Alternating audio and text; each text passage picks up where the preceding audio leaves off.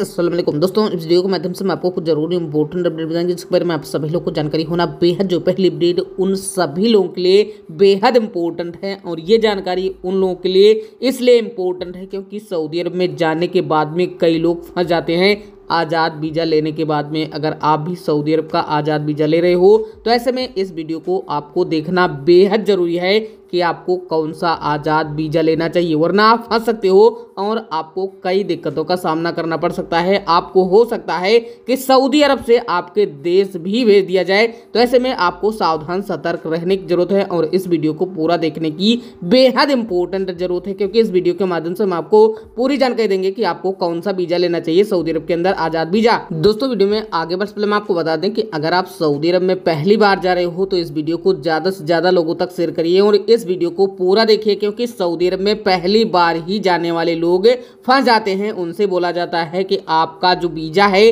वो आज़ाद वीज़ा है और आप कहीं भी काम कर सकते हो। लेकिन मैं आपको बता दें कि पहले ही आपको ये सावधानी होना चाहिए कि सऊदी अरब में क्या आज़ाद वीज़ा होता है। मैं आपको बता दें कि सऊदी अरब या गल्फ खाड़ी कंट्री में आज़ाद वीज़ा नहीं होता है, वो एक तरह से कॉन्ट्रैक्ट सिस्टम होता है जिसके बारे में आगे हम आपको डिटेल में बताएंगे। सबसे पहले आपको ये जानकारी होना चाहिए कि सऊदी अरब में जो वीज़ा दिया जाता है उसमें आज़ाद क्यों कहा जाता है, क्योंकि सऊदी अरब में या बाकी गल्फ कंट्री में लोग जाकर आज़ाद वीज़ा पर काम करते हैं, उनको कोई दिक्कत नहीं होती है। तो ऐसे में उनको कौन सा वीज़ा मिलता है और आपको कौन सा वीज़ा मिलेगा और किस तरह से सऊदी अरब में या गल्फ खाड़ी कंट्री में लोग आज़ाद वीज़ा लेकर जाते हैं। दोस्तों आपको कोई दिक्कत न हो इसलिए आपको यह जानकारी होना चाहिए कि हमको कोई प्रॉब्लम नहीं होना चाहिए। मतलब यही है कि जब भी आप आज़ाद वीज़ा लें तो वहां पर आपको बात करना चाहिए कि हमारा जो वीज़ा है वो कहाँ का है, क्या हमारा वीज़ा कोई कंपनी का है या कोई बकरी का है या कोई घर का है, इस तरह को वीज़ा तो नहीं है।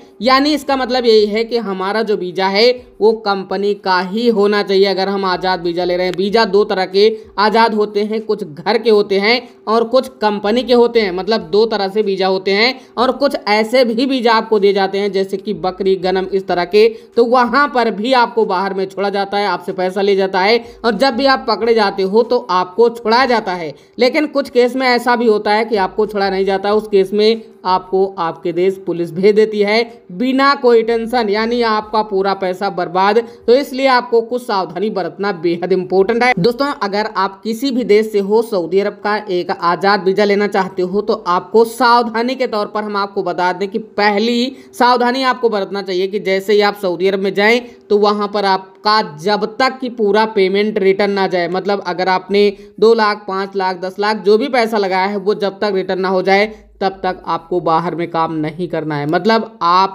जिससे वीज़ा लिए हैं, जहां से वीज़ा लिए हैं, उससे बोलो कि आप हमें कुछ टाइम काम दीजिए जब तक कि हमारा पैसा 1-2 साल कुछ इस तरह से, चाहे आपको कुछ भी दिक्कत हो लेकिन उस तरह से आप काम करें ताकि आपका पूरा का पूरा पैसा रिटर्न हो जाए। उसके बाद आप कहीं भी काम करें, कोई टेंशन लेने की जरूरत नहीं है क्योंकि कुछ टाइम में आपका संपर्क भी कई जगहों में हो जाएगा और आपको दिक्कत भी नहीं होगी। लेकिन फिर भी अगर दिक्कत होती है तो आप जरूर हमें कमेंट बॉक्स के माध्यम से संपर्क कर सकते हो या फेसबुक इंस्टाग्राम के माध्यम से भी संपर्क कर सकते हो। हमारी वेबसाइट भी नीचे उसके माध्यम से भी हमें संपर्क कर सकते हो।